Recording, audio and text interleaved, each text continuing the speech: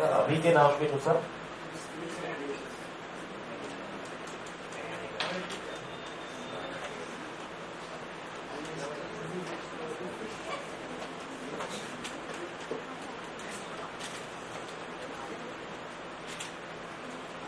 Mechanical properties of fluids. Fluid का सीधा मतलब होता है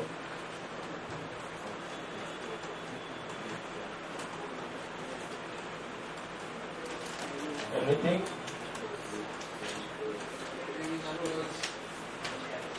इट कैन फ्लो। अब जो भी चीज फ्लो कर सकती है उसको अपन फ्लूइड बोलेंगे। हाँ, वो अपन बोलने को बोलते हैं flow of electrons. Sir air असल प्रैक्टिकल तौर पे देखें तो इलेक्ट्रॉन सिर्फ एनर्जी ट्रांसफॉर्म करते हैं, फ्लो नहीं होते, तो इसलिए फ्लो में नहीं आता, तो इलेक्ट्रॉन फ्लूइड नहीं है। ओके, इलेक्ट्रॉन का फ्लूइड, तेल, पानी, शहद ही क्यों ना हो, बिल्कुल ऐसी गाड़ी चीज, ये सभी फ्लूइड्स के अंदर आती है। एयर, हवा, ये सभी चीजें बहने लायक है, फ्लो हो सकती है। थोड़ा फिजिक्स की भाषा में बात की जाए तो ये सॉलिड नहीं होती है, तो सॉलिड को छोड़ेंगे तो दो ही चीजें बचती है, लिक्विड एंड गैस, तो फ्लूइड्स में आती है। ओके,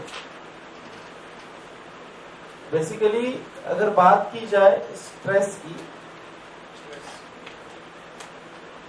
तो जो फ्लूइड्स होते हैं इनके ऊपर शेयर स्ट्रेस अप्लाई नहीं हो सकता सॉलिड्स की तरह।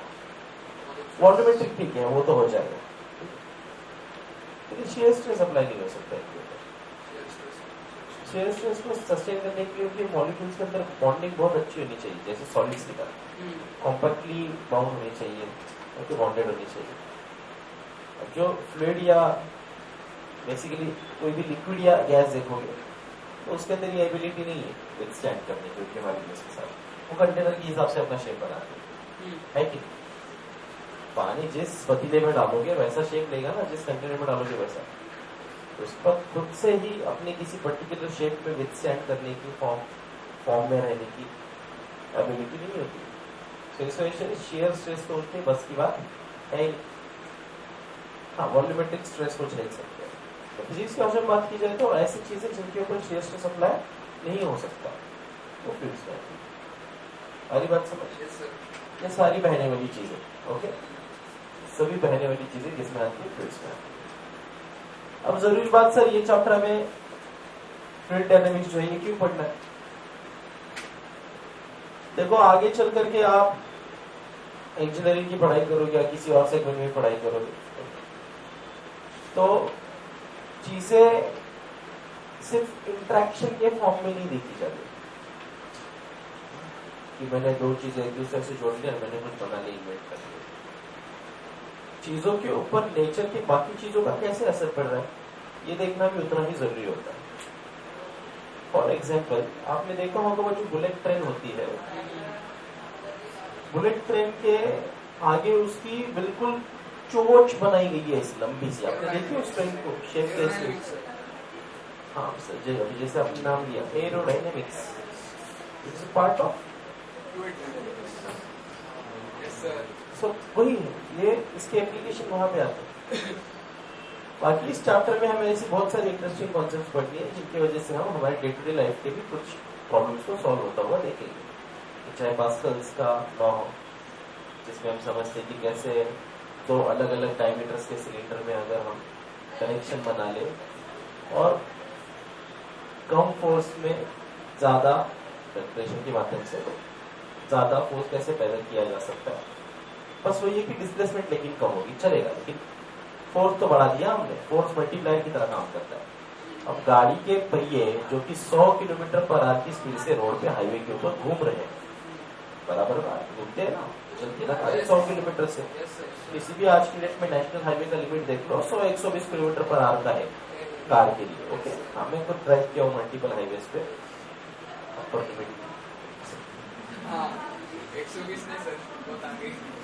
तो फिर जो गाड़ी दौड़ रही होती है इतनी तेज, हमारे इंसान के शरीर, हमारे बॉडी की शरीर की औकात है सच में कि उस इतने तेजी से घूमने वाले टायर को अपने फोर्स से रोक पाए गाड़ी को। और क्या आपको सच में लगता है कि आप ब्रेक पेडल पे सिंपली पैर रखते हो, आप ब्रेक पेडल पे आपका राइट लेग रखते हो और आपके राइट लेग की ताकत से, आपके पैर की ताकत से वो गाड़ी रुक रही है? ओके, तो आप सिर्फ ब्रेक का लेवर दबा रहे हो, तो उसके पीछे जो मैकेनिक्स चल रही है, it works based on Pascal's law. किस लॉ पे चलता है? Pascal's law. फिर वो फोर्स मल्टीप्लाई की तरह काम करता है और तब जाके उतने तेजी से घूमने वाले पहिए के ऊपर फोर्स लगा। आपके पाताओं की ताकत ही नहीं कि उतनी तेजी से घूमने वाले पहिए को फोर्स लगा के आप लोग ब्रेक सप्लाई कर लो, नहीं हो सकता। रियल लाइफ एप्लीकेशंस में स्टोक्स लॉ पड़ेगी कैसे है? फ्लूइड में जो है फ्रिक्शन, जिसको एक विस्कस फोर्स बोला जाता है, मॉलिक्यूल्स के बीच में एक फोर्स होता है जिसको विस्कोसिटी, आपने नाम सुना होगा इससे पहले। एक साधारण तौर पे बहुत ही खास एग्जांपल लेते हैं शहद का। शहद में से विस्कस है, लेकिन पानी विस्कस है क्या? ऐसे बेसिस पे हम ऑयल्स देखते हैं, अलग अलग ऑयल्स की विस्कोसिटी अलग अलग होती है। इंजन में ऑयल डाले जाते हैं, synthetic, non synthetic, semi synthetic, सबकी विस्कोसिटी अलग होती है। देखना, कोई बहुत पतला होता है, कोई थोड़ा काड़ा होता है, चिकचिका बहुत होता है, विस्कोसिटी अलग है सबकी। वैसा उस इंजन की बनावट के हिसाब से कंपनी ने सब टॉलरेंस मेजर करके सब कुछ देख के डिसाइड किया होता है कि इसके लिए किस ग्रेड का ऑयल डालना ज्यादा सही है, तभी ढंग से चलेगा। तो वो सब चीजें होती है, तो सब फ्लूइड डायनेमिक्स में आता है। यहाँ पे प्रेशर को लेकर के, फोर्स को लेकर के, चीजों के बिहेवियर को लेकर के बहुत सारी बातें आपको सीखने मिलेगी। एक बहुत प्यारा सा पैकेज वाला चैप्टर है जिसमें बहुत कुछ पढ़ना है। ओके, शुरुआत हम प्रेशर से करेंगे। किसी एक कंटेनर के अंदर अगर लिक्विड पोर कर दिया जाए, उसको भर दिया लिक्विड से, तो उस लिक्विड की वजह से कुछ प्रेशर एक्सर्ट होता है। वो प्रेशर कितना है, शुरू में आज टॉपिक की शुरुआत यहाँ से करेंगे। वो देख के आप बाकी अपने नोटबुक में कॉपी कर लेंगे, ठीक है? yes, तो नोट्स, या तो मैं आपको सिलेबस बहुत तेज नहीं है ऐसा लग रहा होगा, अनिवार्य चलने का है, तो फिर मैं लिखवा के भी पढ़ा सकता हूँ, जो मेरा यूजुअली तरीका होता भी है। ठीक है, मैं लिखवाता हूँ, पढ़ाता हूँ आराम से, क्योंकि मेरा मानना होता है बच्चा अपने हाथ से सब उतराएगा, बात मेरे मुंह से उनके कान में जाएगी, प्लस वो सामने देखेगा, तो सभी तरीके की इन्फॉर्मेशन रिसीव करेगा और उसकी बेहतर पढ़ाई होगी और टॉपिक को अच्छे तरीके से आगे लेके जाएगा। ये मेरा मानना होता है। अब आपको भगाना है थोड़ा सा, तो फिर मैं आपको बाद में लिखने के लिए अलाउ कर सकता हूँ। आप बोलो किस तरीके से चैप्टर पढ़ना है, उस तरीके से पढ़ेंगे। जैसा रोटेशनल मैंने बहुत संभल के पढ़ाया आपको। फ्लूइड्स भी एक बड़ा चैप्टर है, इतना छोटा भी चैप्टर नहीं है, और रोटेशन के बाद में सेकंड नंबर का चैप्टर है। ओके, राइटिंग के साथ चलेगा। तो बहुत सारी थ्योरी है शुरू में, लेकिन पहले प्रेशर का कॉन्सेप्ट पढ़ाता हूँ, फिर वो थ्योरी लिखवाता हूँ। ठीक है, क्योंकि प्रेशर का कॉन्सेप्ट एक बार बन जाए तो फिर आगे की चीजें समझने में दिक्कत होगी नहीं। ओके, आ रहा है समझ बेटा? करें शुरुआत चैप्टर की। क्या क्या चैप्टर में पढ़ने वाले, वैसे तो और बहुत कुछ, बर्नौलीज प्रिंसिपल है, इक्वेशन ऑफ कंटिन्यूटी है। ओके, घर की छत कैसे उड़ जाती है भाई साहब, अभी बारिश बादल और ये सब तूफान वाला सीजन चल रहा है, अरे है कि नहीं? yes, sir. घर की छत उड़ जाती, लोगों के घर की छत कैसे उड़ जाती है, ये भी हमें इस चैप्टर में पढ़ना है। एरोप्लेन कैसे फ्लाई करता है, ये भी हमें इस चैप्टर में पढ़ना है। बहुत सारी सारी कॉन्सेप्ट हमें इस चैप्टर में पढ़नी है। तो बने रहना अच्छे से और पूरा अटेंशन के साथ इसको समझने की कोशिश करना। किसी भी पॉइंट पे कहीं पर भी कोई समझ नहीं आती है बात, तो तुरंत हाथों जोड़ करके पूछना जरूरी है। ओके, तो बेटा फ्लूइड का तो बेसिक मतलब हमने समझ लिया, एनीथिंग व्हिच कैन फ्लो। ठीक है, एकदम साधारण बात है। चैप्टर को बहुत अच्छे से पढ़ने की कोशिश करो। कुछ चीजें ऐसे आगे अभी तो नहीं श्योर आ सकती है जिसमें कंफ्यूजन क्रिएट हो जाएगा। ठीक है, कंफ्यूजिंग है नहीं है, स्कूलों की जेनेरिक पढ़ाने की मेथड्स की वजह से बच्चों को बहुत कंफ्यूजिंग लगती है और मन में पहले से लेके आते हैं, क्लास में आते हैं कि हाँ ये तो टॉपिक है, ऐसा नहीं है, वैसा आपको किसी ने वैसा समझाया नहीं है। सीखो मेरे से, मैं चैलेंज करता हूँ आपको, कुछ कंफ्यूजन लगा तो मेरे को बताने का। ठीक है, हाँ दावा है अपना भाई, ऐसे देखिएगा। तो मैंने बोला ध्यान दे, क्या बोला? पहले प्रेशर की कॉन्सेप्ट क्लियर करते थे। अब आगे चैप्टर में पूरे प्रेशर की कई बार अलग अलग तरीके से आगे बात करेंगे, तो पहले उसका बेसिक कॉन्सेप्ट पहले जान लेते हैं। ठीक है, जो कि हमने पहले भी पढ़ रहा था अपने प्रीवियस क्लासेस में। प्रेशर का बहुत बेसिक फार्मूला, चलो अच्छी बात है, ये तो आपको पता है। लेकिन सिर्फ मकिया को नहीं, आप सबको पक्की बात। तो भाई साहब, अब मैं जानना चाहता हूं कि मेरे पास मान लो कोई एक ऐसा कंटेनर है, ओके, और इस कंटेनर में किसी एक सर्टेन हाइट तक क्या भरा हुआ है। अब हम थोड़ा अपने शब्दों को बदलने की कोशिश करेंगे, थोड़ा नॉलेज एक्स्ट्रा आ गया ना हमारे पास, चैप्टर का नाम सुन के तो हम बोलेंगे फ्लूइड है, इसके अंदर क्या है, फ्लूइड है, ओके, लिक्विड भी बोलते चलेगा। फिर मैं बोला कि यार इस लिक्विड की वजह से कुछ तो प्रेशर बन रहा होगा। अरे यस और नो? प्रेशर मतलब थ्रस्ट पर यूनिट एरिया या फोर्स पर यूनिट एरिया ये होता है। जब लिक्विड की वजह से हो तो फोर्स, या सॉलिड पे भी हो तो प्रेशर का कॉन्सेप्ट चलता है, force per unit area. Generally air या ऐसी चीजों पे हो तो उसको थ्रस्ट पर यूनिट एरिया बोल सकते हैं, ठीक है। अब यहाँ पे इस लिक्विड के वजह से कुछ तो प्रेशर क्रिएट हुआ। हम जानते हैं कि इस बार इसकी डायरेक्शन जो होती है वो निगेटिव जो होती है ग्रेविटी की तरफ होने वाली है। अरे यस और नो? एनर्जी जिधर लगता है वहीं पे होने वाली है। इंपॉर्टेंट मुद्दा ये है कि अगर ये पानी की लेवल आधी होती यहाँ पे तब, और अब जो पानी की लेवल यहाँ पे है, अब दोनों पॉइंट्स पे प्रेशर सेम होगा क्या? नहीं सर। अरे यस और नो? No sir. किस किस को यस लगता है? हाँ सर। क्या फर्क पड़ता है, पानी यहाँ पे रखो, पानी यहाँ पे रखो, प्रेशर सेम होगा सर, प्रेशर तो सेम होगा। How many of thing? जैसे हाइट चेंज होगी वैसे प्रेशर चेंज होता है। Yes sir. और हमें अपने प्रेशर के फार्मूले में यही देखना है कि भाई साहब हाइट के वजह से प्रेशर पे क्या असर पड़ेगा। अभी तो फोर्स और एरिया की बात की जा रही है, हाइट का कोई इक्वेशन इसके अंदर तो डाल सकते हैं, कोई बुरी बात नहीं सर। अरे यस और नो? Yes sir. कैसे करेंगे? बोला प्रेशर को, फोर्स की क्वांटिटी को, यस सर। जी ऐसा लिख देंगे, Yes, कोई sir. बुरी बात नो सर। है? तो एक ही चीज का फोर्स तो एनर्जी लिखा जा सकता है, कोई बुरी बात नहीं सर। नहीं है। Okay sir. फिर बोला एक काम और कर, इसी प्रेशर को जो मास है उसमें एक थोड़ा सा चेंज आते, क्योंकि ये एक लिक्विड है, एक कोई ना कोई सब्सटेंस है जो कंटेनर में बैठा हुआ है, तो इसकी कुछ ना कुछ तो डेंसिटी होनी चाहिए। Yes sir. अरे यस और नो? Yes sir. और डेंसिटी का फार्मूला आप जानते हो, rho is equal to mass upon volume. Okay, yes sir. तो इस चीज से मेरे को मास कितना मिलेगा? रो भी। अरे यस और नो? Yes sir. पक्की बात? यस तो सर। ठीक है, ये चीज मास के बारे में जो ये चीज है ये उठा लेते हैं और यहाँ पे डाल देते हैं। बोलो क्या होगा? रो बी इंटू जी अपॉन ए। हाय सर, बहुत बढ़िया, बहुत प्यारा इक्वेशन बन गया। ओके, फिर मैं बोला जो वॉल्यूम है उसको भी कुछ तो देखा जा सकता है, जरा ध्यान से देखो। ये एक सिलिंड्रिकल शेप का कंटेनर है। Yes sir. अब आइडियली भी ओके, हम लोग सिलिंड्रिकल कंटेनर ही हर जगह पे मानते हुए चलते हैं, चाहे हम प्रेशर अलग अलग चीजों के लिए पढ़ सकते हैं, लेकिन जब कहीं पे मेंशन नहीं होगा कि किसी कंटेनर में फ्लूइड है या pressure due to liquid column, जो टॉपिक अभी हम पढ़ने जा रहे हैं, तो वो लिक्विड कॉलम हमेशा सिलिंड्रिकल शेप का ही माना जाएगा। कैसे शेप का माना जाएगा? सिलिंड्रिकल शेप का। अब सिलेंडर है तो भैया आप वॉल्यूम जानते हो, इसका वॉल्यूम बोलो होता है। Yes sir. क्या मैं ये बोल सकता हूँ कि इस फॉर्मूले को मैं ऐसे भी लिख सकता हूँ, पाई आर स्क्वायर जो कि एरिया है, yes sir. Area into height.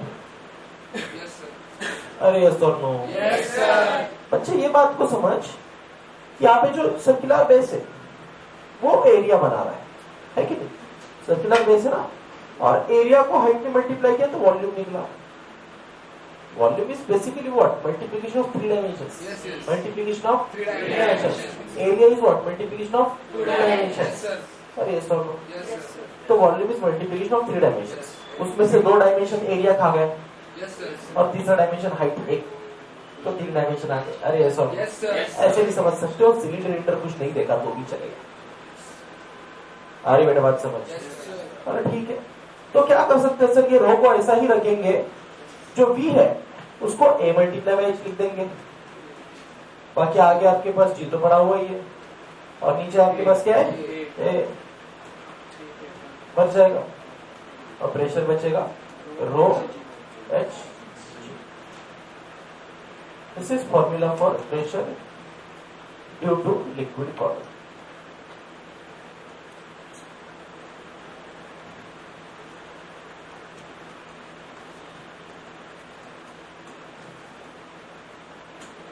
ये है pressure due to liquid column. आ रहा है समझ? Don't try. सो किसी भी कंटेनर में अगर लिक्विड भरा हुआ है एक सर्टेन हाइट तक, तो उस हाइट के लिए जो प्रेशर होगा वो हम निकाल सकते हैं with the help of this formula. शर्तें हमें उसकी क्या मालूम होनी चाहिए? डेंसिटी मालूम होनी चाहिए, किस हाइट तक वो लिक्विड है वो मालूम होना चाहिए, और जी तो अपना है ही भाई, जिस जगह पे मेजर करोगे उसके हिसाब से प्रेशर Yes, sir. महसूस होगा. ठीक है, तो जी मैटर करता है. इन 3 चीजों पे डिपेंड करता है. That's how we can find pressure due to liquid column. अब लिक्विड कॉलम का प्रेशर हम सर क्यों पढ़ रहे हैं? अचानक ये टॉपिक क्यों? फ्लूइड डायनेमिक्स में इसका ऐसा क्या रोल है? देखो बेटा, फ्लूइड की स्टडी हम लोग 2 तरीके से करते हैं. ओके, एक हम पढ़ते हैं फ्लूइड एट रेस्ट, दूसरा हम पढ़ते हैं फ्लूइड इन मोशन. जैसे हमने रोटेशनल डायनेमिक्स को 2 हिस्सों में पढ़ा था. तो हमने बोला पहले हम इसका सर्कुलर पार्ट पढ़ेंगे पूरा, उसके बाद में रोटेशनल पढ़ेंगे. पहले हमने पूरी सर्कुलर मोशन की अलग अलग सारी डेरिवेशंस और कहानियां पढ़ ली, उसके बाद हमने जो है इनर्शिया की बात की थी. राइट? तो इस तरीके से ये भी चैप्टर जो है आप बोल सकते हो 2 हिस्सों में बटा हुआ है. शुरू के हिस्से में हम फ्लूइड को रेस्ट पे, यानी कि रुका हुआ जब है, स्थिर जब है, मूव नहीं कर रहा है, सिर्फ किसी कंटेनर में है, तब कंटेनर में पड़ा हुआ है, तब क्या होगा उसको देख के जो पढ़ाई है वो फ्लूइड एट रेस्ट में की जाएगी. तो फ्लूइड जब पड़ा होता है कंटेनर में तो ऐसा होता है. इसलिए ये फार्मूला, मतलब फ्लूइड के बारे में ये चीज या लिक्विड के बारे में ये चीज जानना जरूरी है, क्योंकि रेस्ट में पड़ा हुआ तो ये कंडीशन है ना, यहाँ पे मूव कर रहा है क्या, तो ये फार्मूला इसलिए पहले हमें पढ़ना पड़ता है ताकि आगे के इक्वेशन को समझते टाइम हम ये भी बातें उसकी यूटिलाइज वहां पे कर पाए. ठीक है, बाकी जो है जो फ्लूइड इन मोशन पढ़ा जाएगा तब जो मैंने आपको आज थोड़ी देर पहले कुछ टॉपिक्स बताए ना आगे के, ओके, चाहे ग्रो पास्कल्स हो, चाहे बर्नौलीज हो, इक्वेशन ऑफ कंटिन्यूटी हो, ये सभी जो है वहां पे आते हैं. ओके, सो ऐसे इस तरीके से इस चैप्टर को हमें लगातार पढ़ना है. हाँ, शुरुआत में अभी पहले ये प्रेशर का कॉन्सेप्ट मैंने समझाया, ये सबको समझ में आया अच्छे से? Yes, sir. इसमें किसी का डाउट? Sir. पक्की बात? Yes, sir. छाप लो फिर. बेटा एवरीवन, इस छोटे से टॉपिक के ऊपर एक छोटा सा question. 2 different liquids of density ρ1 and ρ2. 2 different liquids of densities ρ1 and ρ2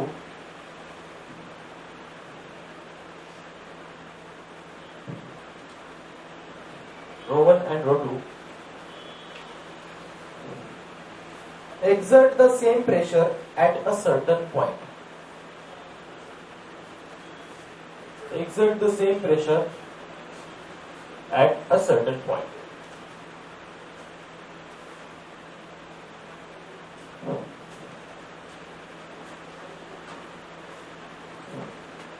Full stop. What will be the ratio of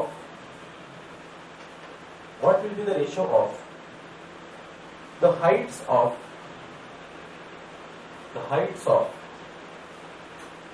the respective liquid columns? Heights of the respective liquid columns. खत्म. Done? Yes, sir. आपने notice किया होगा उल्टा आया है. हाँ sir. H1 upon H2 जो है रो 2 upon रो 1. वो रो 2 upon रो 1 के बराबर आया होगा. Yes, sir. है ना अर्शित? निकाला आंसर? और एक लिखो. A swimmer is swimming in a swimming pool. A swimmer is swimming in a swimming pool at 6 meters below the surface of the water. at 6 meter below the surface of the water. Below the surface of the water. Full stop. Calculate the pressure on the swimmer. Calculate the pressure on the swimmer due to water above. Due to water above. Full stop. Bracket में density of water is equal to 1000 kilogram per metre cube. 1000 kilogram per metre. Fix है density पानी की, यार सबको याद होनी चाहिए वैसे. 1000 kilogram per metre cube. 1 metre cube के डब्बे में 1000 किलो वजन उसका महसूस होता है. इतनी उसकी डेंसिटी होती है. इसकी पानी की डेंसिटी ऑफ वाटर मिल रहा है 1000 किलोग्राम पर मीटर क्यूब. और स्मॉल जी लो बेटा. Small G 9.8 metre per second square. Small G 9.8 metre per second square. ठीक है. Acceleration due to gravity. मिल गया डेटा? Yes sir. कर लो बेटा. काय आला स्विमर सर 5.8 into 10⁴. आलं सर. Newton sir. युनिट ह्याचा येणार ना सर?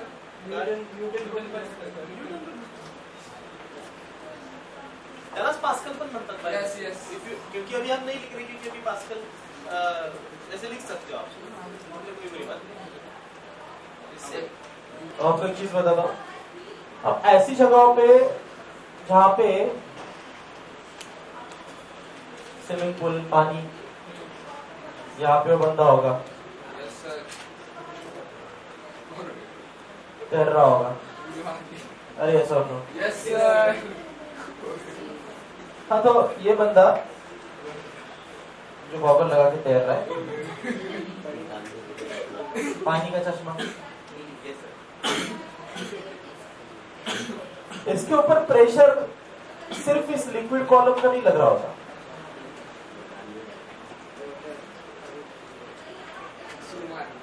ओके. इसके ऊपर जो प्रेशर लग रहा है ये सिर्फ लिक्विड कॉलम का नहीं लग रहा होता. ध्यान से सुनना. ऊपर जो इतना बड़ा एटमॉस्फेयर बैठा हुआ है ना, इसका भी लग रहा होता है.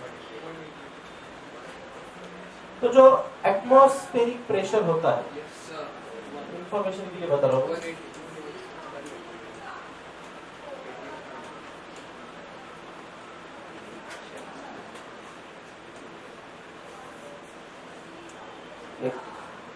करीब करीब 760 mm ऑफ Hg के बराबर होता है.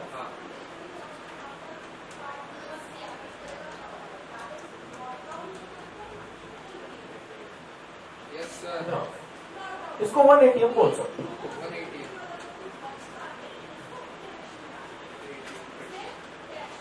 ओके. आ रहे बेटा. Yes sir. अब हमारे सर के ऊपर, आपके सर के ऊपर भी, आपके सर के ऊपर भी, इस सर के ऊपर भी, और इस सर के ऊपर भी सर के ऊपर इतना प्रेशर अभी भी लग रहा है. आप लोग से इतना सारा अगर प्रेशर हमारे ऊपर है, तो मी तर आतापर्यंत गैरसमजमध्ये होतो. मला वाटतं अभ्यासच प्रेशर आहे, आणि आज कळले तर ऍटमॉस्फिअरचा प्रेशर आहे. अरे ये सब नो. Yes sir. एटमॉस्फेयर का प्रेशर होता है, तो हम तब क्यों नहीं जाते?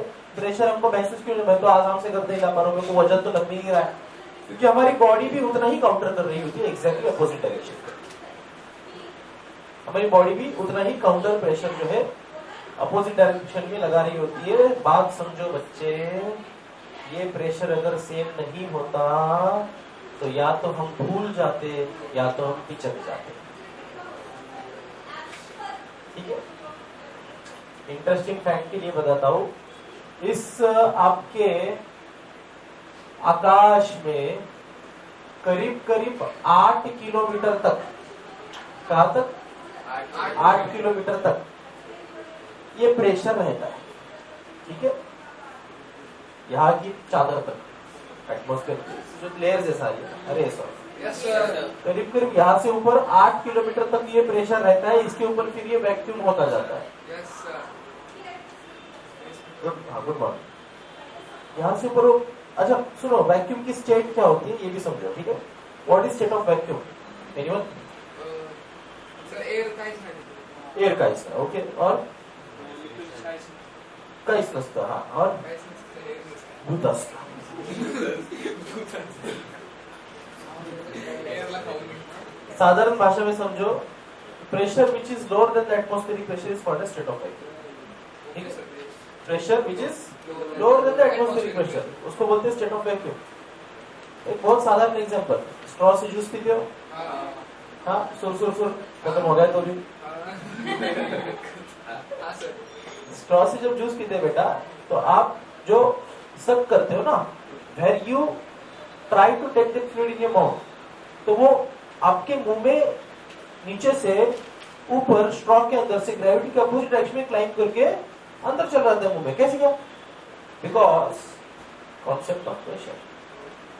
आपके मुंह में वैक्यूम क्रिएट होता है।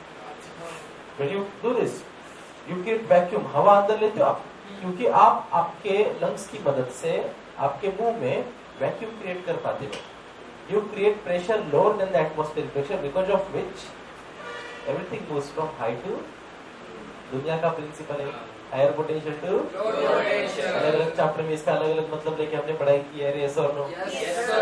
तो हवा भी जो होती है बेटा, हाई से लो की तरफ ही जाती है, हाई प्रेशर से लो प्रेशर की तरफ ही जाती है। जो एयर है ना अपनी आसपास जो भी हवा है, ये तक मूव करती है सिर्फ और सिर्फ प्रेशर के डिफरेंस की वजह से। प्रेशर डिफरेंस इस तरीके से अफेक्ट करता है। आपको समझ में आया होगा, ठीक है? प्रेशर वाला topic. Are you getting this? मैं बात कर रहा था कि यार यहाँ पे जो एटमॉस्फेयर है, इसका खुद का अपना प्रेशर जो है, जो कि लगातार लगता रहता है, और ये प्रेशर करीब करीब इतना सा है सेंस जी।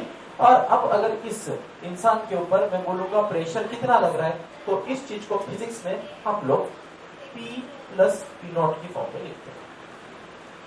क्या लिखते हैं? अब यहाँ पे जाहिर सी बात है, P यानी कि इसके ऊपर लगने वाला लिक्विड बॉटम का प्रेशर है, और P0 एटमॉस्फेरिक प्रेशर है। तो फिलहाल वाले एग्जाम्पल में अपन ने एटमॉस्फेरिक प्रेशर को निगलेक्ट किया है। आ रहा है समझ? मैं ये सब क्यों बता रहा हूँ आपको? अल्टीमेटली ये सोच आपके पास बनी नहीं तो आप CE या जी लेवल के हिसाब से सोचना नहीं सीख पाओगे, ठीक है? उसमें वो आपको बड़े ही सुंदर तरीके से कंफ्यूज करते हैं, या आपको माइंड आपका कितनी तरीके से सोच सकते हैं ये चेक करने के लिए आपको फंसाते हैं, और फिर आप आंसर निकालते हो, और MCQ के ऑप्शन में आपको आंसर करेक्ट मिल भी जाता है, आप खुश हो ठीक भी करते, लेकिन वो आंसर नहीं होता, क्योंकि आपने ऐसी चीजें इग्नोर की होती है जो कि करनी नहीं होती उस टाइम पे। ओके, तो ये ध्यान में रहे, और आपको इसकी इंफॉर्मेशन मालूम है, इसलिए मैंने बताया। Is that very clear? अरे यस और नो? पक्की बात? समझ में आया? आगे बढ़े? ओके, अब प्रेशर का जो कॉन्सेप्ट है ये तो ठीक है। अब इस चैप्टर को आगे लेकर के चलते हैं, और पहले भी आपको मैं जो सारी नोट्स है इसकी वो छापने का काम भी आपसे करवा लेता हूँ, ठीक है? ये इस चैप्टर का फाउंडेशन है। थोड़ा सा बोर हो सकता है ये पढ़ते टाइम आपको जरूर, क्योंकि सब थ्योरी लिखनी है, लेकिन जब तक ये डेफिनेशंस क्लियर भी नहीं होगी तब तक आगे की बातें समझ में भी अच्छे से नहीं आएगी। तो ये काम करना हमको जरूरी है, रिक्वायर्ड है। Is that clear? Yes, sir. चलो open your notebook now and write down जो जो चीजें मैं आपको बताता हूँ, और एक्सप्लेन भी करूंगा साथ में आपको। मैं ऐसे नहीं सिर्फ बताऊंगा, साथ में वो चीजें एक्सप्लेन भी करूंगा, वैसे वैसे सी आपको आगे लेके चलते फिर आगे के टॉपिक से लिखिए। लिखो फ्लूइड्स का डेफिनेशन हमने लिखा। Yes, sir. Anything which can flow is called as, okay? Example, glass, plasma. मतलब हम फ्लूइड के बारे में कुछ चीजें प्रॉपर्टीज लिख रहे हैं, ठीक है? फ्लूइड्स हेडिंग डाल दिया, हैशटैग फ्लूइड्स, उसमें लिखो बेटा पहला point, fluids is a phase of matter. Right on फिर भी चलो क्या लिखा? Fluid is a phase of matter that includes liquids, gases and plasma. liquids, gases and plasma. वो others भाव प्लाज्मा माहिती है तुम्हाला? तो सभी ने आग देखी ना, फायर आग जो है बेटा ना ये लिक्विड है ना गैस है, बराबर, सॉलिड तो कतई नहीं है, तो ये कौन से स्टेट में आता है? ये प्लाज्मा में आता है। तो fire is plasma. This is Tesla coil के यूज करने पे जो आप उसके करंट को विजुअली देख पाते हो वो प्लाज्मा है, टेस्ला कॉइल प्लाज्मा। तो ये सब फ्लूइड्स के अंदर आता है बाय द वे, ठीक है, चाहे प्लाज्मा हो, चाहे लिक्विड हो, चाहे गैस हो, ऑल कम्स अंडर फ्लूइड्स। इसके अंदर आता है फ्लूइड्स के अंदर। आगे लिखो सेकंड पॉइंट, पॉइंट्स की फॉर्म में लिखो, सेकंड पॉइंट लिखो। A fluid is a substance that deforms continuously. A fluid is a substance that deforms continuously. Solid की तरह फिक्स शेप में नहीं रहता, इसका शेप कंटिन्यूसली चेंज होता है, इसलिए इसको बोलते हैं कंटिन्यूस डिफॉर्मेशन। ओके, हाँ, जो मैं आपको लिख के दे रहा हूँ साथ में थोड़ा थोड़ा एक्सप्लेन भी कर रहा हूँ, एक्सप्लेनेशन याद में रखने का, लिखते अच्छे से रहने का। देखो, a fluid is a substance that deforms continuously under the action of an external force, under the action of a continuous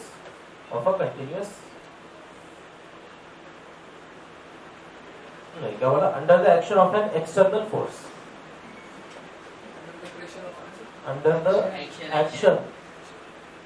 action of an external force. The shear modulus of fluid is 0. The shear modulus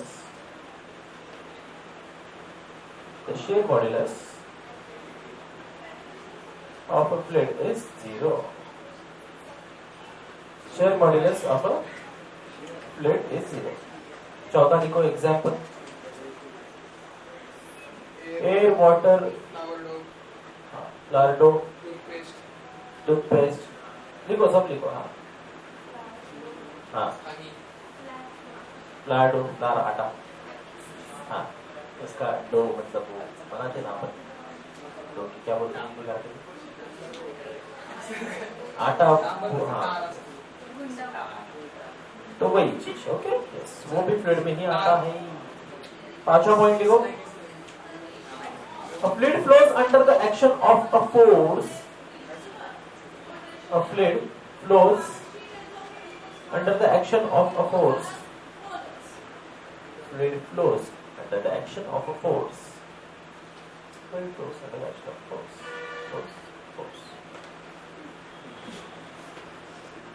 A fluid flows under the action of a force or a pressure gradient.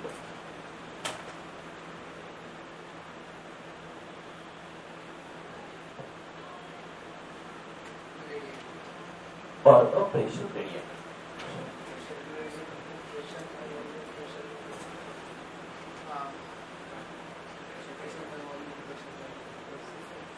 अब लिखो, heading लगाओ ऊपर, incompressible fluids.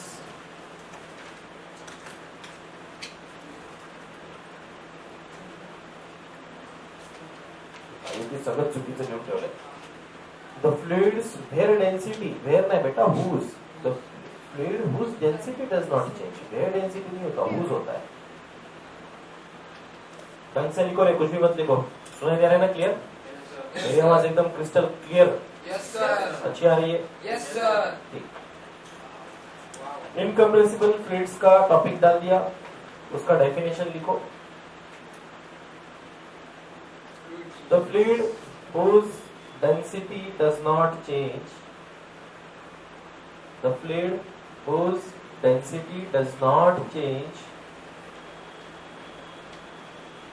with change in pressure,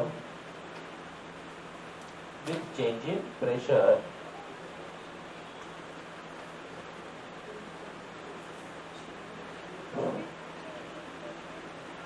with change in pressure is called as incompressible fluid.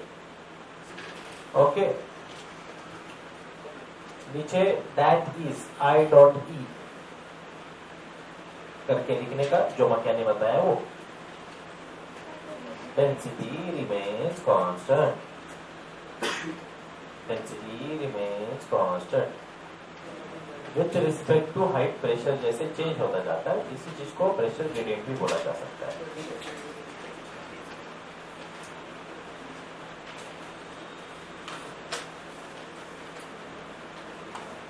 उसमें 3-4 possible cases बनती है, with respect to height, with respect to force वगैरह वगैरह, with respect to जी, सबके हिसाब से वो चेंज होता है। जैसे किसी इंस्टेंट पे चेंज होगा उसको ग्रेडियंट बोल सकते हैं, with respect to something. Gradient means change.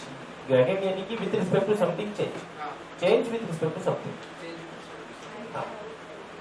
Change with respect to something, correct करके बोल रहा हूँ।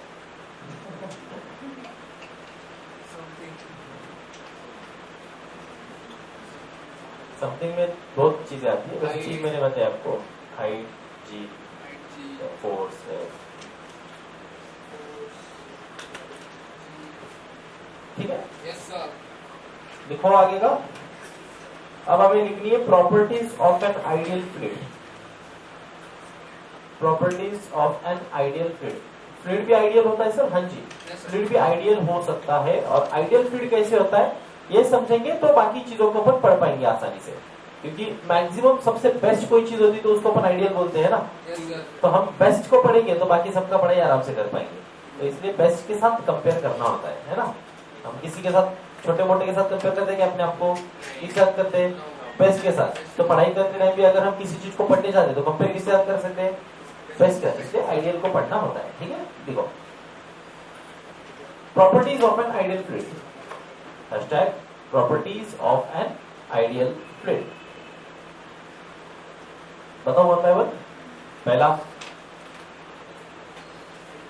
टॉपिक तो डालो। पहला, इट इज इनकम्प्रेसिबल। कंप्रेसिबल नहीं है, ऊपर वाला नहीं, उसका उल्टा, incompressible. It is incompressible. Incompressible, ion compressible. क्या? अच्छा हाँ, ऊपर इनकम्प्रेसिबल लिखा, सॉरी कंप्रेसिबल लिखा ही नहीं ना अपन ने। नॉर्मल रियल लाइफ के जितने भी अलग अलग फ्लूइड्स आप देखते हो, फिर चाहे वो एयर ही क्यों ना हो, ये सभी कंप्रेसिबल होते हैं। आपको अगर मैं एग्जांपल दी तो आपके घर में जो सिलेंडर अपन शेगड़ी चलाने के लिए लगाते हैं ना गैस का, वो एलपीजी, लिक्विफाइड पेट्रोलियम गैस, वो भी कंप्रेस्ड करके लिक्विफाइड किया जाता है। अब असल में तो वो गैस पेट्रोलियम गैस है, उसमें ब्यूटेन या प्रोपेन गैस होती है। तो वो जो गैस होती है उसको हाई प्रेशर से दबा के लिक्विफाई किया जाता है। जब वो गैसियस स्टेट में उसके मॉलिक्यूल्स दूर दूर है, उसको प्रेशर करके कंप्रेस करके बहुत कम यूनिट ऑफ वॉल्यूम में अगर प्रेशराइज किया जाए, कंप्रेस्ड वर्ड इस वक्त है, कंप्रेस करके लिक्विड स्टेट में लाया जाता है। अब उसको बहुत ज्यादा कंप्रेस किया जाएगा तो मॉलिक्यूल्स नजदीक आ जाएंगे। जब मॉलिक्यूल्स नजदीक आते हैं तो हम जानते हैं किस स्टेट किस में ट्रांसफर हो जाती है? लिक्विड में। ओके, सो गैस थे, दूर दूर थे मॉलिक्यूल्स, कंप्रेस करके मॉलिक्यूल्स नजदीक लाए, लिक्विड स्टेट में ट्रांसफॉर्म हो गए, तो ऐसे वो लिक्विफाई किया जाता है। लेकिन जैसे ही फिर उसको प्रेशर को जरा भी जगा दो, तुरंत वो गैसियस स्टेट में कन्वर्ट होकर बाहर निकल आता है। तो बहुत हाईली प्रेशराइज होता है आपका एलपीजी सिलेंडर।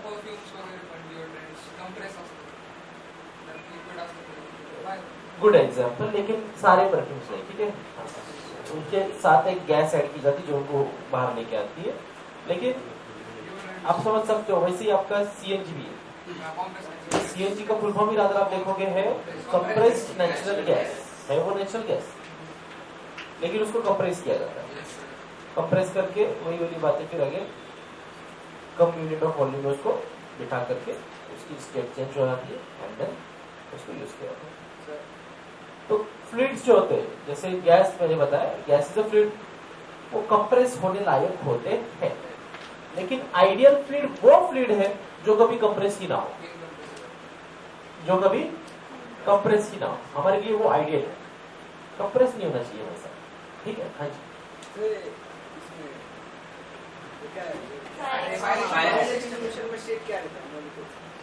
फायर एक्सटिंग्विशर में जो हमारे इंस्टीट्यूट में लगा एटलीस्ट उसमें तो नॉर्मल पाउडर है, हाँ, powder. वो पाउडर बेस्ड फायर एक्सटिंग्विशर है। CO2 का जो आता है वो अलग होता है, उसमें केमिकल रिएक्शन होती है, So, sulfuric acid hospital.